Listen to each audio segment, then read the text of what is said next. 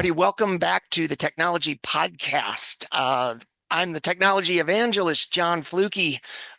Grateful to be sponsored by Medidenta Digital. And today, got a great guest, a good friend of mine that I've known, gosh, for, I don't know, decades, I think. Hmm. Dr. David Rice from Ignite DDS. David, how you doing? I'm great. How are you? And I've somehow either muted you or you've muted yourself, buddy. I don't Oh know. no. Let me check the Uh, settings on my end because this is just typical. I may end up going with my Mac speakers. I don't even know. I hear it on my side and Let me see see that. what I got going on my end. This computer has been giving me fits lately. So let's see. Audio, USB, test speaker, Check, check, check. and my speakers. Hang on. My speaker's not playing. I'm going to put it on my Mac because it must be on me.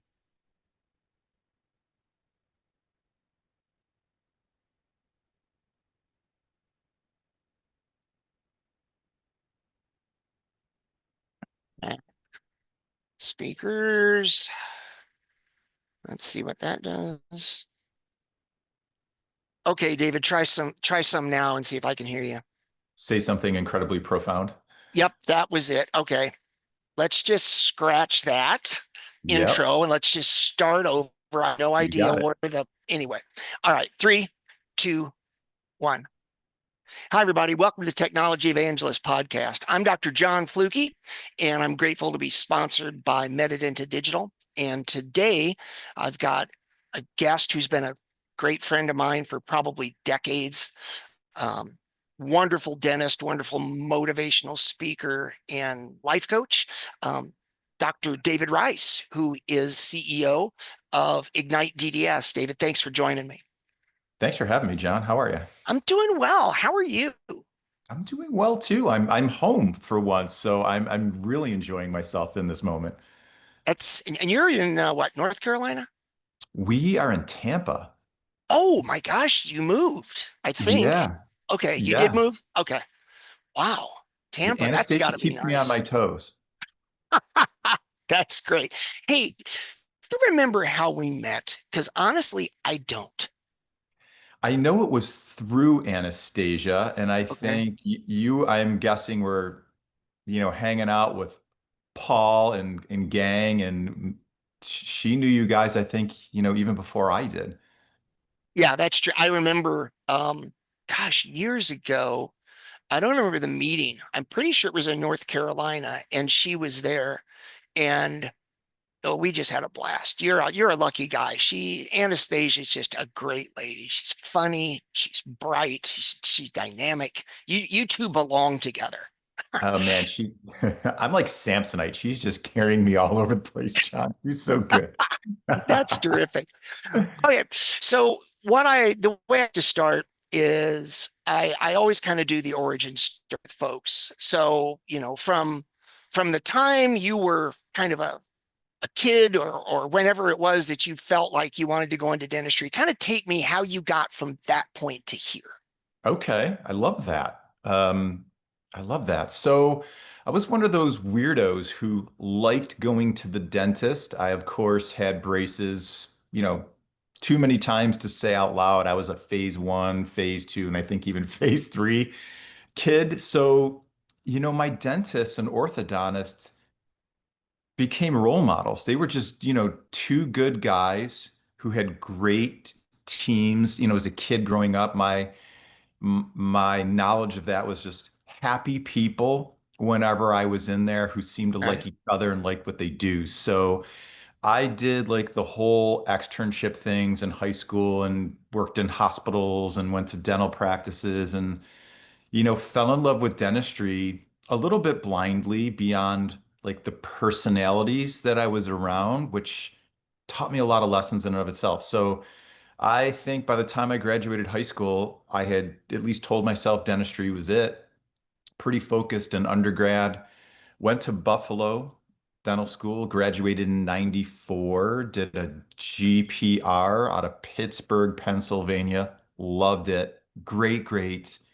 attending mentors who really, I think, showed me that everything was possible. I just had to figure out what my version of dentistry was going to be. Yeah. So incredible couple years. Did the associateship thing for about 2.5 years. First one awful. I think I lasted like a month before I realized like this is absolutely where I don't need to be. So not uncommon.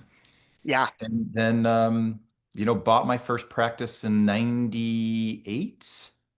Bought a second one early 2000, bought a third one in like mid 2000s, pulled all those into one under one roof, and then did a startup in like the worst neighborhood of Buffalo, New York, because everybody told me we were so successful because of our zip code. And I was annoyed. And I'm like, you know what? I'm going to show you you can build this anywhere if you've got the right people and the right process. So we did it and kept the original three for many, many, many years. Sold the startup about 2 years deep to someone who was already crushing it. And That's awesome. yeah, and then 7-ish months pre-COVID, life and timing. I had built Ignite, I was maybe like 7 years into Ignite at that time. We had identified a great young dentist who was going to take over for me, which is part of an 8-year plan, believe it or not.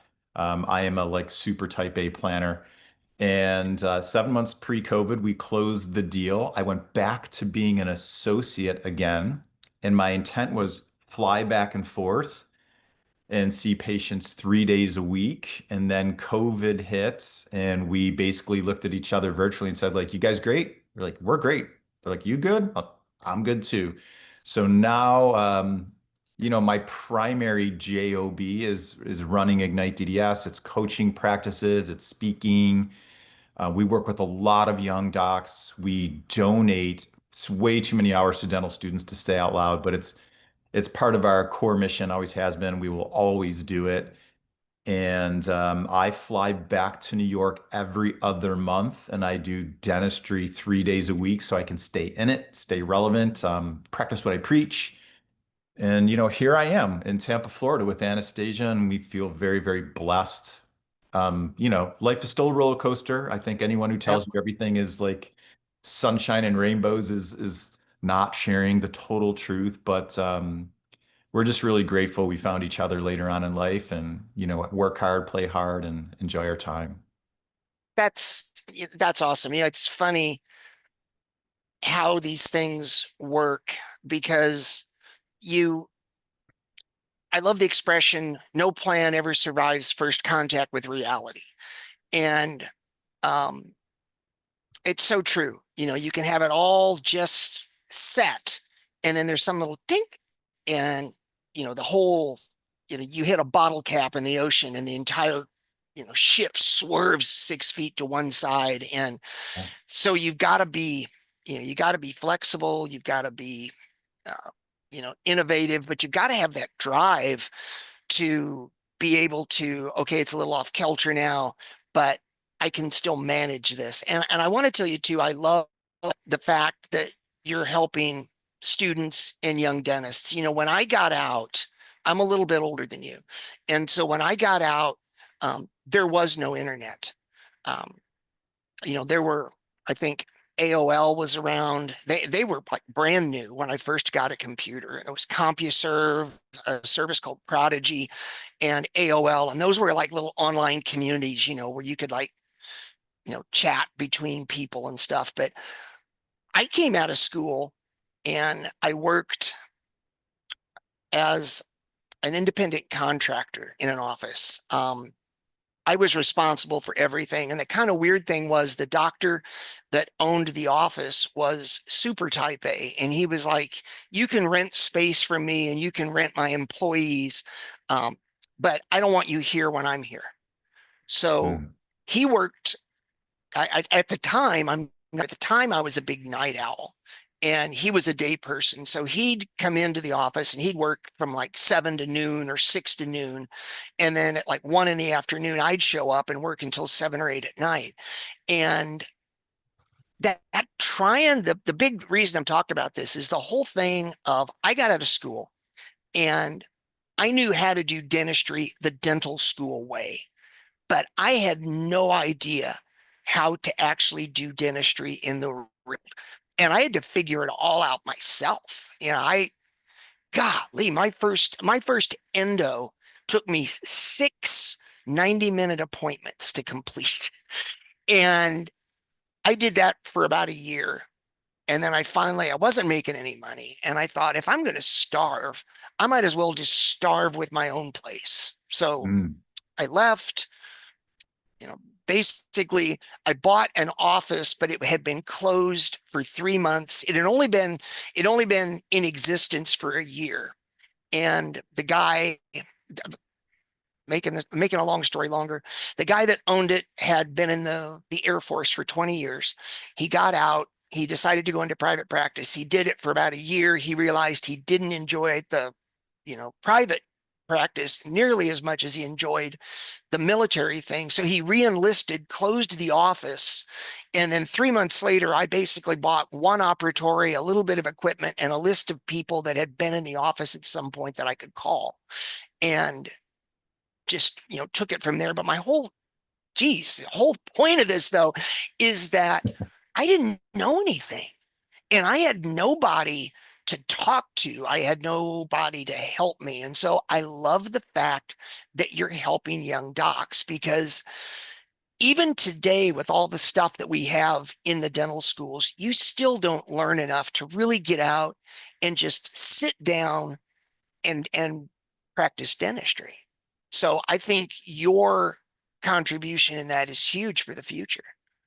Thank you. Yeah, I was like you. I didn't have anyone in dentistry, and I definitely like muddled my way through a lot of things. But I think maybe the only thing that really helped me, like, from an advice standpoint for people who are listening here is I was never I probably wasn't all that confident, but maybe I was a little bit confident, but I was never cocky. So I was Mhm. very open to just saying, like, please help me, and I searched for people who I just thought were like good people who had a good reputation, and just asked them lots of questions. And turns out in dentistry, we're really lucky. There's a lot of good people who genuinely want to help. So I think, like, just staying vulnerable as a young doc and not pretending like you know everything Yep. is really helpful. Yeah. And turning to people, I always kind of get my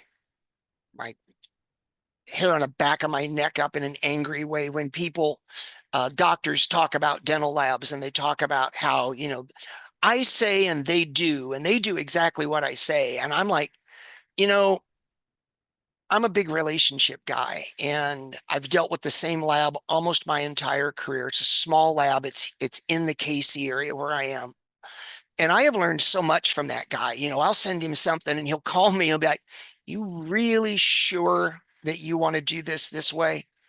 And that's something I think that young doctors can really lean on, because if you're still using labs, and most of us are, at least to some extent, if I do something complicated or something, and I'm like, yeah, I think this is the way to go, and I've done it once or twice, the lab's seen it 30 or 40 times, and my guys called me and said, like, I've seen this done 20 times, it's never worked. And it's a whole lot easier to hear that, and once again, change your course at the beginning than trying to make course corrections in treatment at the end. So I love the vulnerability thing. It's so true. You've got to listen to people. You don't blindly listen. You've got to have filters, but you can't think that you know it all, or just be fearful that somebody will say, you know, why don't you know that? Or you didn't know that, or whatever it is. You've just got to be able to just, swallow that and ask, because I think that's hugely important to people.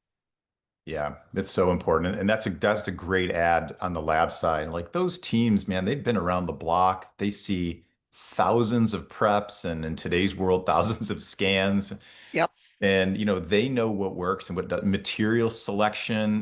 They can be really helpful for that. Like, dentists, you should always quarterback that. Don't give that away. But get sound advice from people who are doing this all day, every day, and translate that to the direct material side and the tech you use in your practice. There's, to your point, like have filters, know who you're listening to. Don't listen to everybody, but get out there and ask some questions.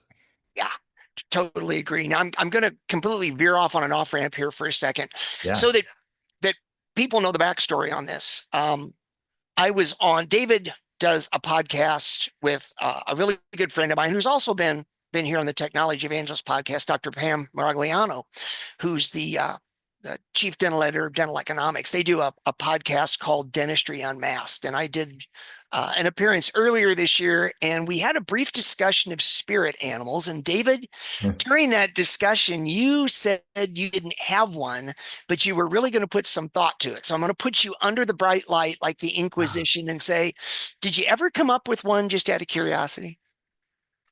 I don't know that I ever really did. I don't know that I did. That's okay. I mean, it's okay. Just to complete the thing so that people know, my spirit animal is the shark. And it's because sharks don't have the ability to sit still and pull water over their gills. They actually have to be in motion to breathe. So even when sharks sleep, they swim. And my whole thing on that is you always got to keep moving forward, even when you're resting, even when you're taking time off, even when you run into a wall and you don't know where to go, you've got to keep moving. So All right. I'm going wolf. you're going, okay, all right, cool. How come wolf? Tell me that. I'm going wolf. I'm going to say often misunderstood, but Yeah, you know, so you can have a lone wolf, but largely, travel in a pack. I'm a big yes. team. I'm a big team guy. None of us really get where we are without having amazing people around us, and they they're very focused. I don't know if you've ever like seen like Yes. wolf, like even like our husky who like comes from that DNA. Yeah. It's fascinating. Like you walk Gibbs in a normal place and he's doing a thing. You walk him next to a wall or with another dog and he is dialed in. And I love that. Like I've learned to like really hyper focus on things, but also recognize like there's someone to the left of me, the right of me, so, sometimes behind me, and sometimes I need to like sit back and let them get out front and let them lead. And yeah, that's what I'm going with. Okay, I love that. That's a good one. And I agree with you. The whole concept of the pack Yeah. is a big deal. Um, wolves wolves hunt in packs, and I think it's really, I've seen like a couple of documentaries on them. And if somebody's got the better angle, and you're chasing the prey, then even if you think you can make it, but I think I can do it, but you know Wiley over there, I know he can do it. Let him close and then you show up and help. But yeah, I love that. I love how they take care of each other, they look out for each other, and they're so observant. That's one of the things I love about dogs. I'm just an animal guy in general. But if there's something in a room that is different, I walk in and I'm like, hey, yeah, yeah. And an animal will be like, you'll see him like turn, cock that head, the ears go up. They And sense it. yeah, it's really super cool.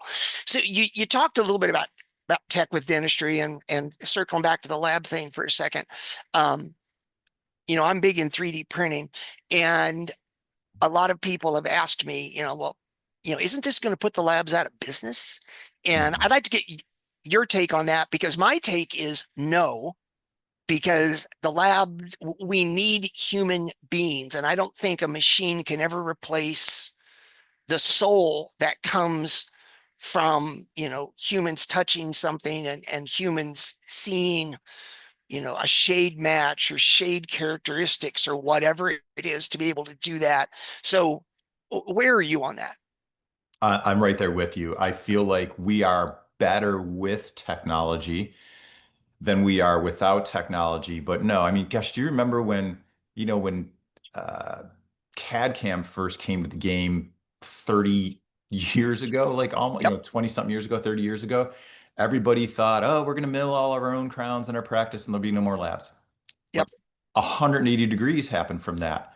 We used scanners to our benefit, Mhm. partnered with our labs even more, increased our ability to have great communication.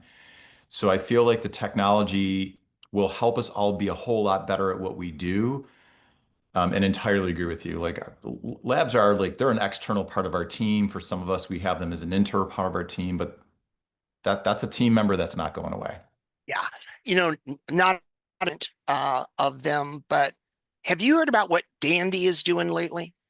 Just out of curiosity. Some, but I'm guessing you know more than I. Well, I don't know that they started doing this, I think, a couple of months ago. But anyway, just in bringing the team, just in case people don't know, Dandy's a lab, and they're a big lab, and they have this program where you can actually get an intraoral scanner from them, and they provide it to you as long as you then agree to, I will send you, X number of cases a month is how that works. They came out with a thing this year, um, where they do like live tech support if you need it during a scan. So they can, say, hey, we need a little bit more, definition on that distal buccal line angle or whatever it is. And then the other thing is if you want to do cosmetic makeovers, they'll actually design it for you right there in front of the patient while the patient watches. You do the scan, and then they're like, okay, this is what we're seeing. Bink, get and show you what they think the final result is going to be. And that whole communication aspect, that visual piece of patients being able to watch that being done live, I, I, I, I gotta think that other labs are, they're the first, but I gotta think that other labs are going to jump on that too, because broadband makes it so easy. And I mean, I'm pretty good with tech, but I can't design like a lab can. They've been doing it, like you said, they do it every day, multiple times a day. Um, and I like that communication piece of it, though, is really where it's at, being able to show people what's going on. Yeah, I love that. And that reminds me of one of my favorite quotes, like just because you can doesn't mean you should.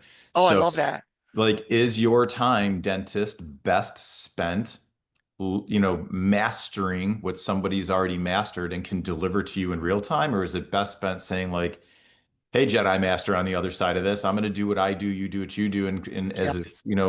it's, as two folks working together, we're going to give our patient better than we could ever give them before.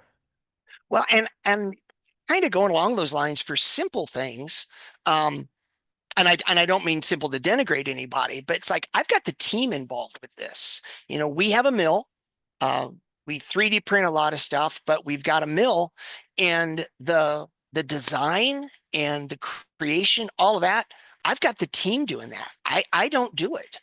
Yep. And I think bringing the team in with that just makes the whole thing better, and I've probably heard the expression just because you can doesn't mean you should, but I haven't heard it in a long time. And I love that because dentists were so type A. We want to touch everything. It's not right until the magic finger goes there. Now it's right. And I know you're a big team guy. I mean, I know you love involving the team. Yeah, I think, when I look at, dental practice is not different than most businesses out there. Mhm. But one of, vision is amazing. I'm a big vision person, of course, and then building strategy is amazing. But at the end of it, execution is where most people fail in life. And and a principle of like time management that has been around for 100 years is touch it once. So Mhm. the dentist, you and I we can master this whole process. And then the best thing we can do is develop people around us who can also master it. And then our touch it once is basically like turning them loose, letting them do their thing. And then, yeah, maybe we take a peek at it just to be like, love that until they've done it Mhm. enough times that we know we're going to love it. But yeah, engage your team, involve your team. Do as a dentist, like do the things only you can do. Teach your hygienist to do only the things they can do, and then pull in all this support, and you will be an efficient, effective machine. Well, and the other thing about you bringing the team into this is, you talked about the nightmare that you went through in COVID, which we all did. And that whole thing really made me stop and think about it because post COVID, dentistry's seen a huge problem with finding quality staff. And quality staff will, I mean, just like we all will, they'll chase the financial reward. And I know it's really hard to hang on to people now. And what I've found is that when you give people new skills to use, and then even probably more important than that is validate those skills, then, you know, we don't have much turnover of staff. And I think a lot of it is because they get to do some pretty cool things.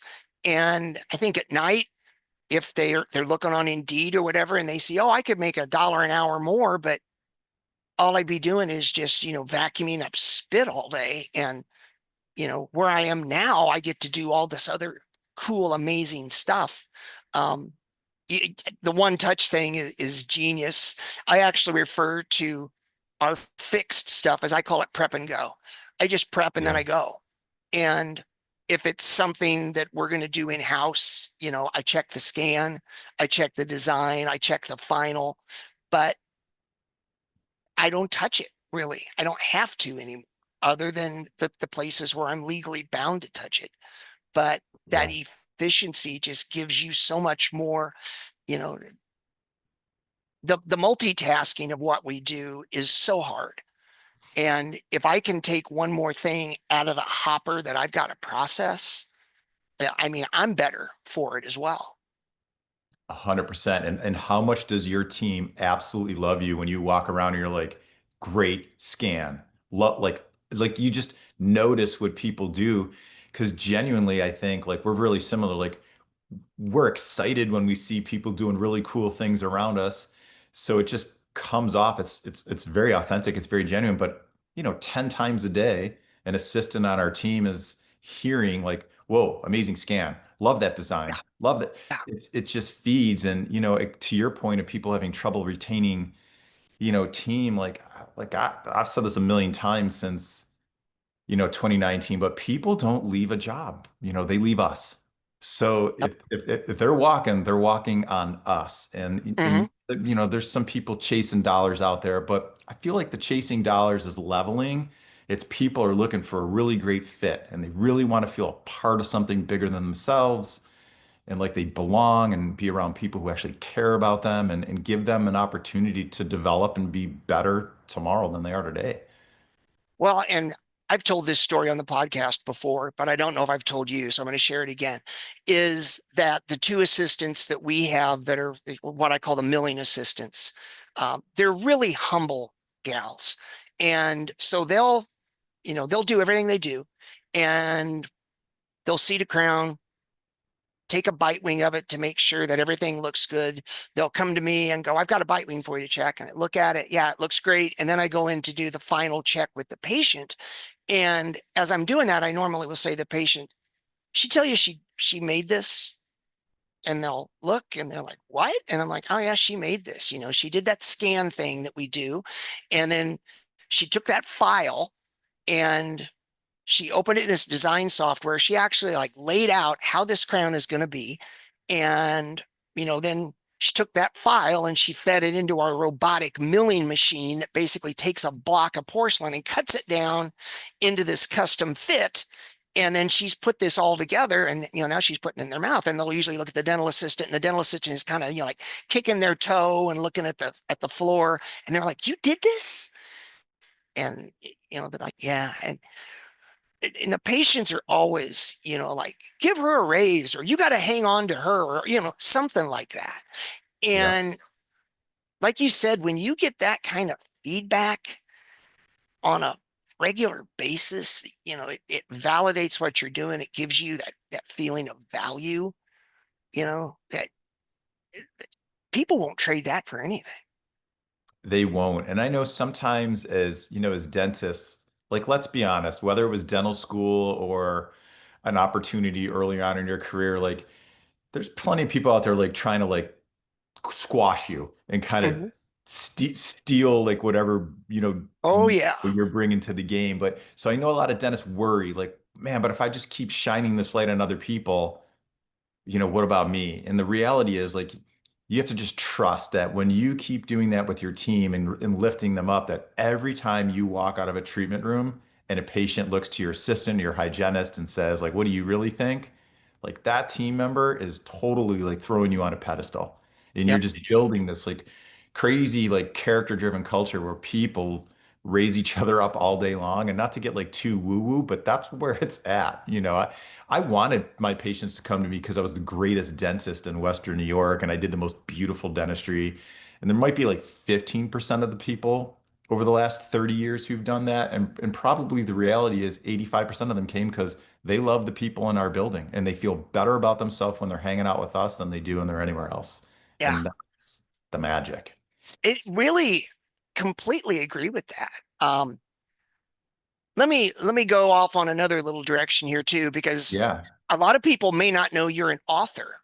And like, how many books have you written?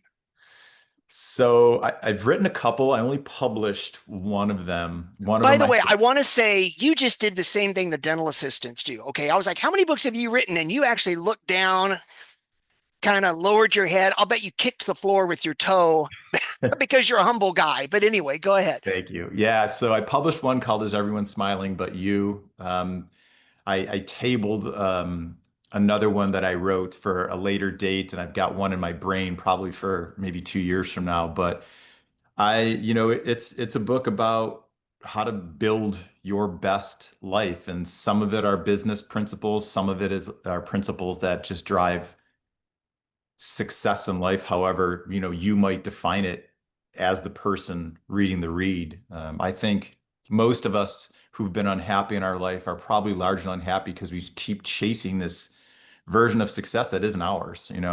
It's Mm. on Instagram or Facebook or TikTok and all the places, and people doing all these things are like, well, I need that new shiny penny when you probably never wanted that shiny penny in the first place. So show you how to find yours and then Yep. build a life to go get it.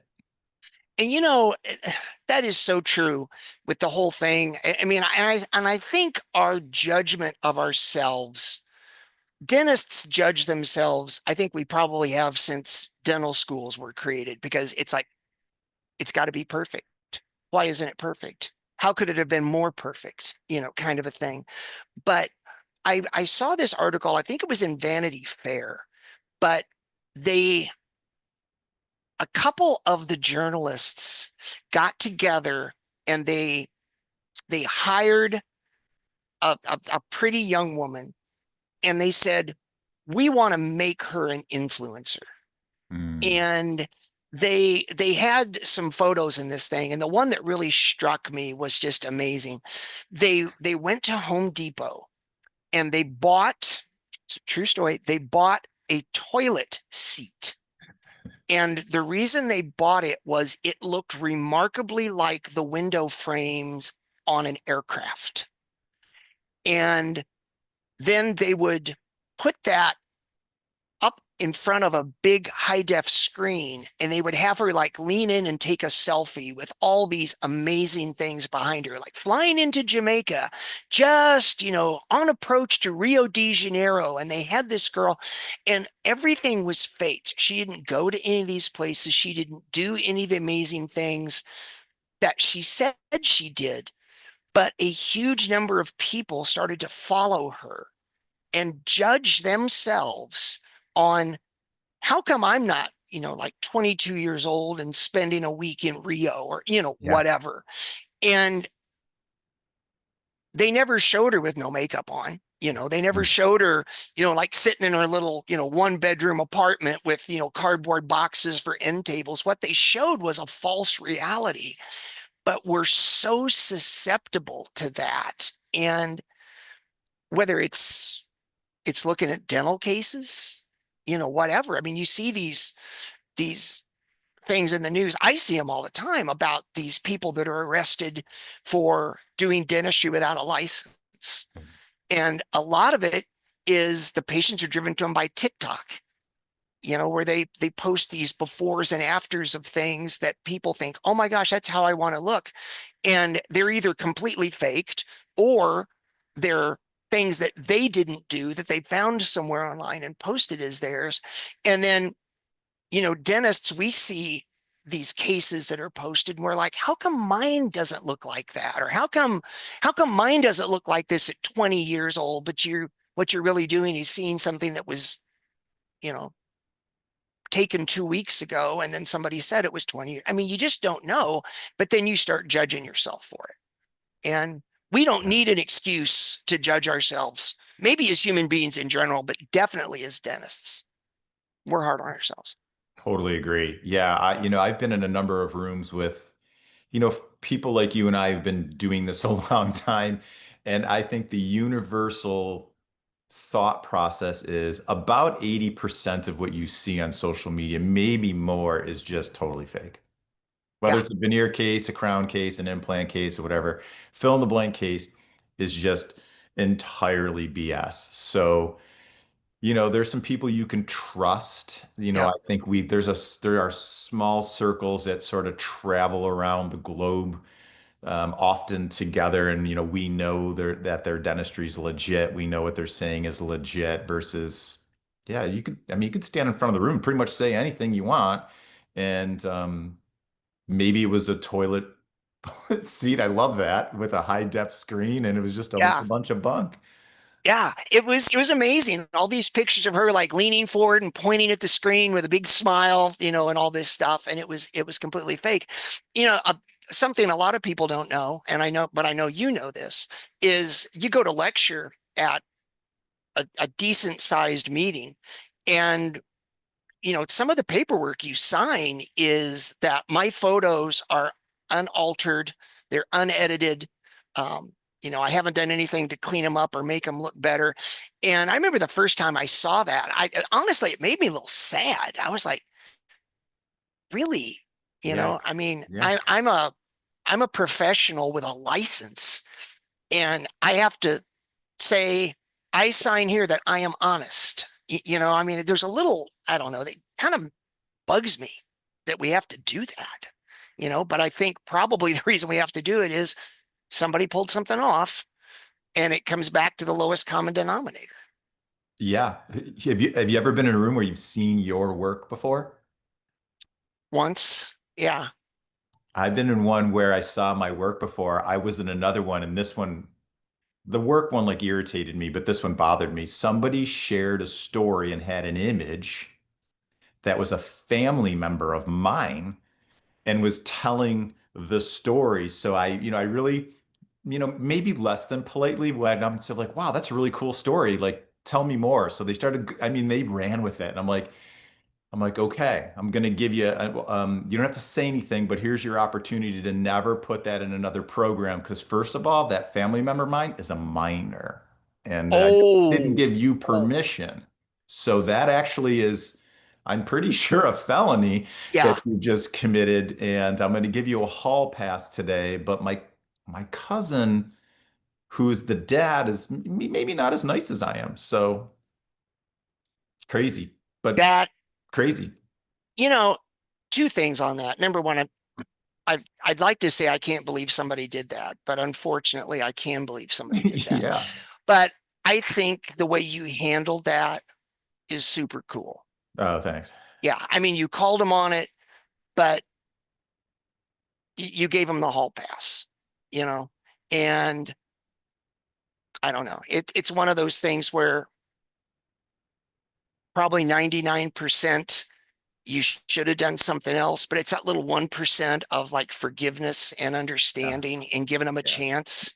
Um, I love that. I mean, I really do. I think that, and that shows who you are, you know, Yeah. a I feel lot. like people can learn, I think we can all listen. I would never want to be judged on my worst day.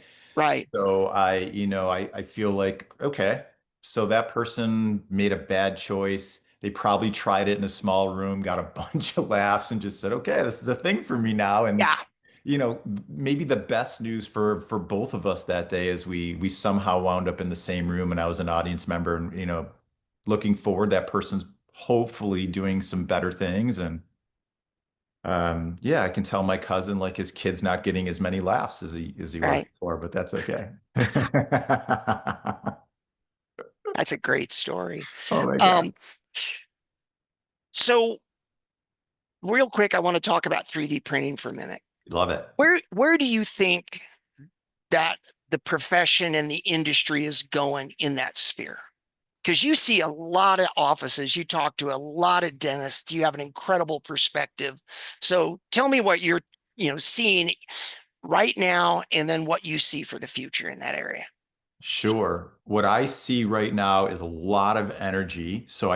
What I'm seeing people adopt printing at a much more rapid rate than they adopted milling chairside. Mhm. I think that's going to continue. So the industry will respond, and we're going to take materials that we've been milling for a while, and they're going to have to figure out how we print some of those materials. And it's a snowball effect, but I feel like it's genius, right? Because for us to get into printing today and say, full circle, team shortage. Wow, you know what I can't afford to have? I can't afford to have Christy need to leave me to like go pour models and go do things in the lab, but I can Right, empower Christy to work with us, maximize its printing technology, and literally at the end of the day have all the assets we otherwise had. And turns out like we got to work on our patients together all day instead of spending all this time in our little mini lab. So I think it's such a low barrier of entry that it financially makes sense in addition to the fact that it improves our process and so many other things. So I think the adoption is going to continue. And then, boy, sky's the limit. I mean, I look at digital dentures today, yep, my process is like if you walk in with any kind of denture, no matter how horrible it is, like I can wash, reline it, scan it, print a copy. If I need to change lengths and widths and midlines and embrasures and axial inclinations and all the stuff, like I can do all that in one appointment. And then in my hands, everybody's different, but in my hands, then I engage my favorite lab and I'm going to have them like mill the final product because I love right, a little better today, but I feel like printing is clearly going to get there and accomplish that too. So right. it's just awesome where we are and where we're headed is I think we're going to print not everything, but almost everything we do will be able to be printed. Yeah, I think we'll get to a point where, what everybody calls the bread and butter stuff. I, Yeah. I think we'll be doing that. Think on the complicated things, that's where you're going to want to bring the lab in, Yep. because that's what they do. And we may see the lab industry, maybe they'll contract a little bit. Maybe there won't be as many small labs. Um, and I think mainly because larger labs are starting to move in this direction and adopt it already. So they may absorb some other labs and bring those people in. But I don't see the industry of labs, going away by any Yeah. stretch of the imagination. The other thing that I think is really cool about this is that I'm not printing permanent restorations now, but Mhm. what I'm really jazzed about, and I'm a Midwest Catholic boy, so I love a good Catholic joke. And what I'm telling patients is these materials aren't temporary, and they're not permanent. I'm calling them purgatory restorations because they're somewhere in between. Nobody Yeah. really knows exactly where.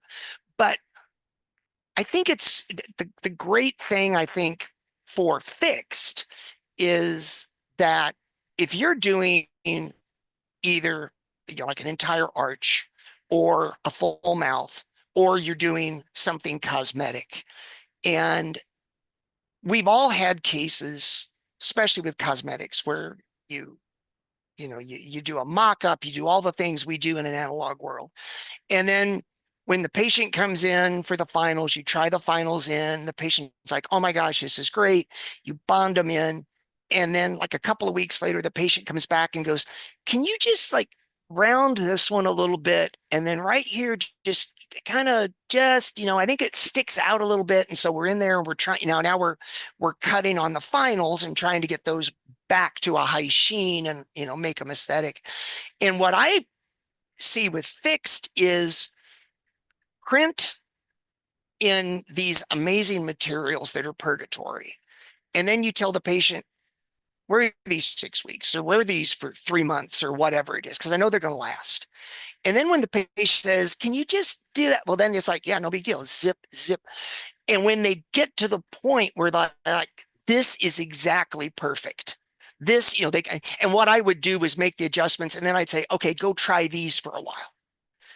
And when they come in and they're like, this is exactly what I want, scan it, copy it, put it over the preps, and then have the lab make them out of whatever material you want. But you won't have to, or you'll only rarely have to go back in. If you can just shorten this, round this, smooth this, kind of thing. And you certainly, I don't think we'll be cutting things off anymore. I've actually cut a couple of cases that I've done off and started over. And I don't wish that on anybody. I don't even wish that on people that are mean to me. I mean, that's not, I don't know if you've had to do that, but it's not fun. Not fun. I wish Yeah, I could tell you that I haven't had to do that, but those are bad days. it's really bad days. They're It's bad days. bad emotionally, it's bad financially, it's just bad. Yeah, yeah. I love what you just said. So, I love printing today, and personally, because we do a lot of complete care, full arch, both Yeah, arches, and what I know, and our practice, I don't think is terribly unlike many, where not all my patients can walk in and give me, $70,000. yep. However, I love with technology today and our ability to, scan, design, print to say, I can build your occlusion exactly where I need it to be. I don't need to compromise because you can't afford to write that check. And I can confidently look them in the eye and be like, you know what? We bought ourselves a few years. Hmm. We do this the right way. And if we need to segmentally, definitively treat you, we can do that because now we can come back and let's do, hey, 6 through 11, or you want to shrink it 7 through 10. And then, you can divide an arch into however many areas you need to and trust that you're actually building patients who can't afford, ideal care right now, but over 5 years you can give almost all your patients the very best we have to offer without compromise. I love that. Yeah, I mean that's yeah, and I agree with you. The other thing that I think about is that, you have a patient that comes in and they're young, they're right out of college, they've got their whole career in front of them, and they either, have put off being seen, or maybe they've got some emergent thing, maybe they've broken a tooth or whatever, but they're like, I'm head over heels in debt because of my education and all that kind of stuff. Being able to do basically kind of what you said, which is like, let's put a purgatory crown in here. Yeah. If it lasts 5 years, great, but in 5 years, you'll be able to afford the very best. But in the meantime, you're not walking around with, 35% of your molar missing, and letting that break down or break more or whatever. And you can charge them less money for that because it costs you less to do it, you know, and, Yeah. and, and You then when they were want the ideal, go with it. 100%. Literally just yesterday, I was with a doc in a practice that we coach, and he had a patient coming in, and they had, like a simple direct on a first buy. They had endo on a second buy, so that was going to need build up full coverage. Hmm. And they had an existing stainless steel crown on a molar. So now this person's like, I know I need to do all this, but this is too much for me. Hmm. And I looked at him. I'm like, what do you think we should do? And he's like, well, I'll just come back and we'll take that stainless steel crown off like at a later date. I'm like, are you worried about what's underneath it? He's like, I'm really worried about what's underneath it. I'm like, well, what if? And then we just did this exact conversation in real time. And he, purgatoried the molar, took the second buy to a place with his lab to take that Hmm. completion ideally in the first buy. I'm like, you know what?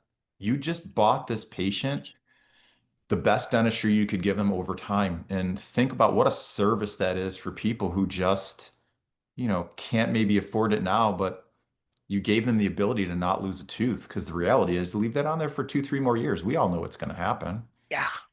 You know, I had I had number 14 extracted last year.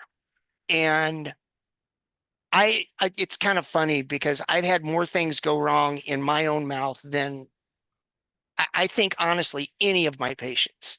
Um, but I had a crown on. I think 14, it broke. We did a crown. Um, I brux, and I don't want to wear anything during the day. I'll admit being guilty of that.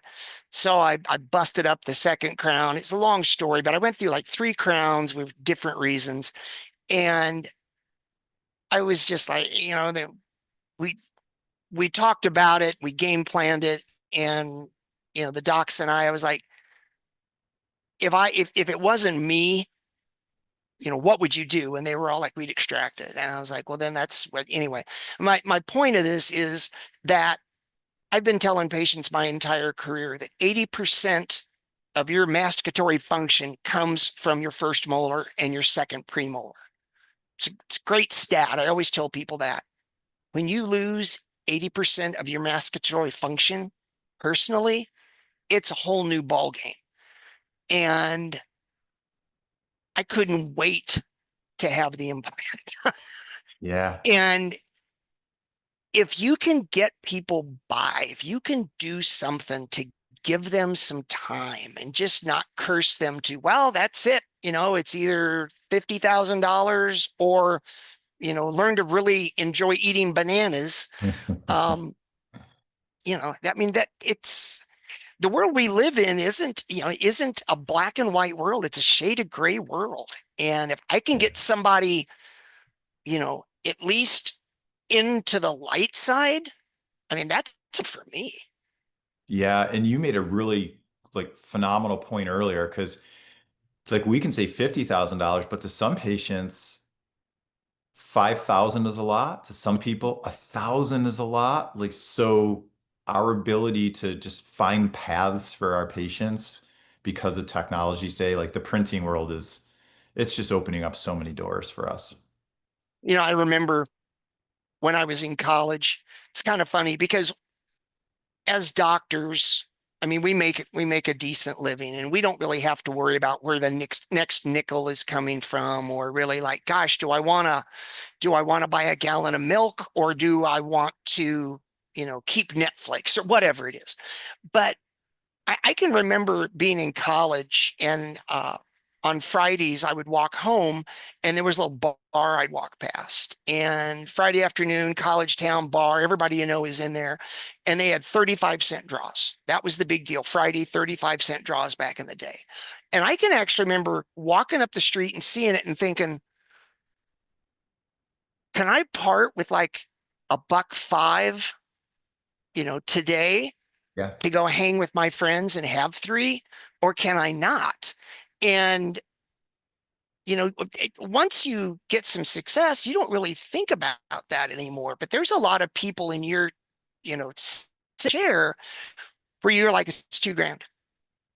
And somebody tells you 2 grand, David Rice just like pulls out the credit card and goes there and pays the credit card off at the end of the month, or writes a check, or, Apple pays it or whatever it is. But for some of those people, it's like, yeah, but I need a new water pump on my car, Yeah. and that's going to cost $1,000. And I know that need, and if I don't have that, I don't go to work, and then I can't buy anything. So 2,000 is way out of my league. And, if you can tell them what about 500, that I can do. Yep. Why not? You know, Absolutely. Absolutely. somebody, I'm not sure who it was. It's somebody in dentistry, and I don't want to steal anybody's stuff because we've already talked about that. Somebody I saw one time at a seminar said, everybody in dentistry wants to be Neiman Marcus. And that's cool. I mean, Neiman Marcus is a great store. But what about the people that can only shop at Walmart? I was like, dang, that's really profound, because I'd never really thought about it in those, you know what I mean? That was like, oh, yeah, great way to put that, because that truly is the world. It really is, and you're right. You know, very fortunately, we get to live in a bubble in our own lives. And yep, I know some of you are listening who are like, yeah, but I worked really hard to get to this bubble. You did. We all did, and but I think most of us, if we're really honest, as hard as we worked and maybe uphill battles that we had, like we probably had a support system minimally Hmm.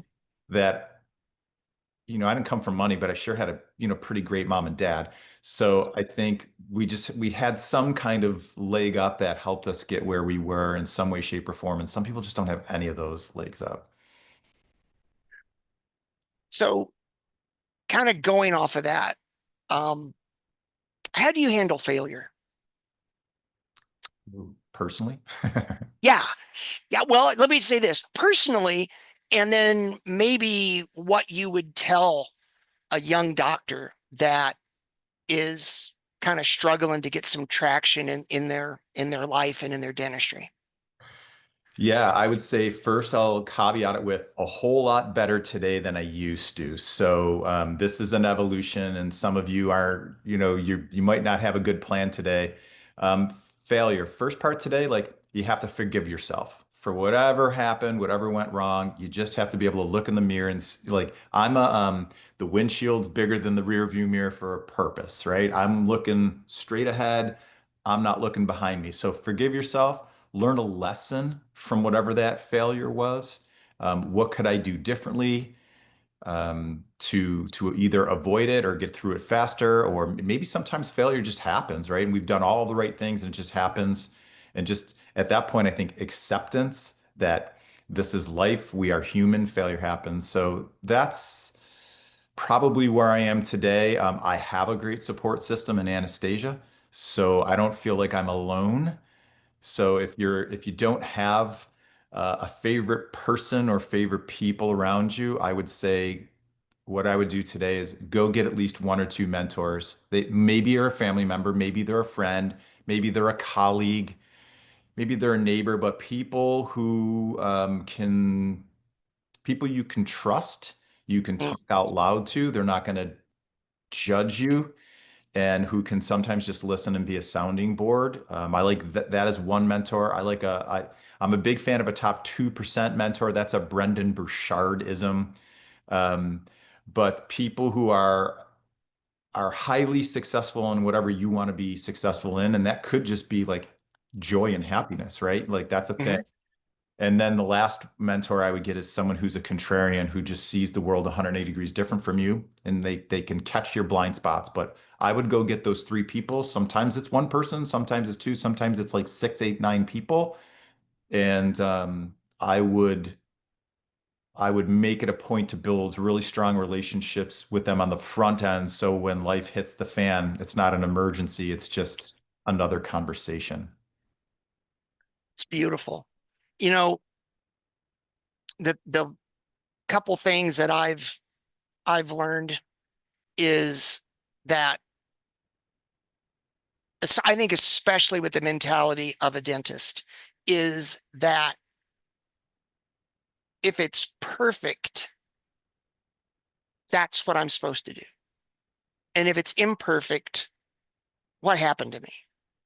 Um, and the thing is, you learn way more from failure than you ever do from success, Yeah. you know, and so I love that you said, look at it, figure out what went wrong, figure out what you could have done differently, um, and learn from it. The other thing is that when we're out there in the world, we tend, I think, to judge ourselves. And one of the things I think is kind of funny is, if you follow the news or sports news at all, you see these athletes that are either complaining like, oh, I'm not, he's making 8 million and I'm making 7, 9 and I'm a better player and I should get more money. And we're like, dude, Jiminy Christmas, you're playing, a sport, a game for a living, blah, blah, blah. But I think, or they get in trouble. They do something really stupid. They go out and they get hammered and they hit a pole or, whatever. And we all think, how could you, you got all of this going for you. But I have this theory in life that if I can do it, it's easy. But if you can't do it, it seems phenomenal. And I think with athletes, what happens to them is they've always been like bigger, stronger, faster, more coordinated. And they don't know what it's like to be John Fluky and like trip over your own feet. And so they don't appreciate the gift. Yeah. Um, if there was like a magic machine that they could put them in and say, for the next 10 minutes, you're going to be as coordinated as John Fluky is, they would be like, this is awful. I can't walk and chew gum. And I think then if you put them back on their own bodies, they'd be like, I am not tinkering with this. This is the greatest thing ever. And I think it's the same way with dentistry. We're smart, we've got good hand skills, and sometimes it just take for granted or don't realize that what we have is an amazing gift that we should relish in. Um, I'll use art as an example too. I'm not artistic at all. And so I have friends that, like can paint and sketch. And if they do something and they show it to them, I'm like, oh my gosh, that is incredible. And what do they always say? No, no, no. See, this line is a little thick and the shading on the tree isn't quite right. And I'm like, well, I don't even see. And it's just, I think it's inherent in human nature. So every once in a while, just kind of stop and look at yourself and say, you know what? I got some pretty incredible gifts. I can do some things that not a lot of people can do. And I need to relish that and not, I can do 99 things. I shouldn't beat myself up over the one thing I can't do. I should really enjoy the 99 things I do. So, It's a great point. Such a great point. well, this is why I like talking to you because you and I, we kind of think about all these sort of, weird things. And Yeah. so I love it. we've been at this about an hour. I don't bore people to death, but why don't we close out? Tell people a little bit about Ignite and then how people can find you. Sure. So, shortest story about Ignite is if you're a dentist at any point in your career and you're not loving it for any reason, reach out. We mentor a lot of people. That's free. Like, I love that. And then if you're someone who's really serious about changing the trajectory you're on, we do coach people one-on-one. Mostly we do that 12 months at a time. Some people we run through something called a 90-day jumpstart. So if you've like if most of the stuff's going well, but you have something targeted, then we target it. So we really try to work with people the best way that helps them. It's really about you, not so much us. But you can find all things Ignite on Instagram, Ignite DDS, we're on Facebook, of course, on LinkedIn. So you can track me down any of those ways. You can email me. It's my name. It's david.rice@ignitedds.com. And people think I'm crazy, but I've been doing this for 31 years with my patients, and I do with everyone I know. My cell is 716-912-7970. So if you want to just like shoot the breeze about what's happening or you need some help, reach out in whatever fashion helps you most, and I promise I'll get back to you within 72 hours. That that is cool. That is why I love you right there. That Thank you. whole thing. You know, I think the thing I'll close with is not to make this political, but every every president, every monarch, whatever, they've got a cabinet. And the reason that they have a cabinet is I don't care how smart you are, I don't care how good you are, nobody can consider all of the possibilities. And they surround themselves with those people because they're like, we should do this. And then somebody's like, yeah, but you know what? If you do that, interest rates will go up or, whatever. And like, okay, good point. Won't do that. And I read an article one time about Abraham Lincoln, and they said that he actually put people in his cabinet, getting back to your whole thing about the mentors, he put people in his cabinet that he didn't get along with. But he Mm, said, I'm going to learn from them because they're going to disagree with me. And just because I have an idea doesn't necessarily mean it's the right one. So yep. I think exposing yourself to coaching, being open to being mentored, it's first step to success because nobody walks the path alone. So, Yeah, couldn't agree more. I've had coaches in my life from the time I was 7 years old on for something or other, and I've certainly gotten a whole lot better with their help. So yeah. for sure. Thanks for having me. No, thank you, David, so much for spending the time with me. It's always a pleasure to connect and talk and all that stuff. And I really appreciate what you're doing. Would highly encourage people if you're looking for somebody to help take you to a new level. He's on the screen or in your ears right now, so reach out to him. David, thank you. I'm really honored to have you today. Thanks, John. It was great to be here. All right, Appreciate it. everybody, this is the Technology Evangelist podcast sponsored by Medidenta Digital. I'm Dr. John Fluke. We'll see you next time. Thanks for tuning in.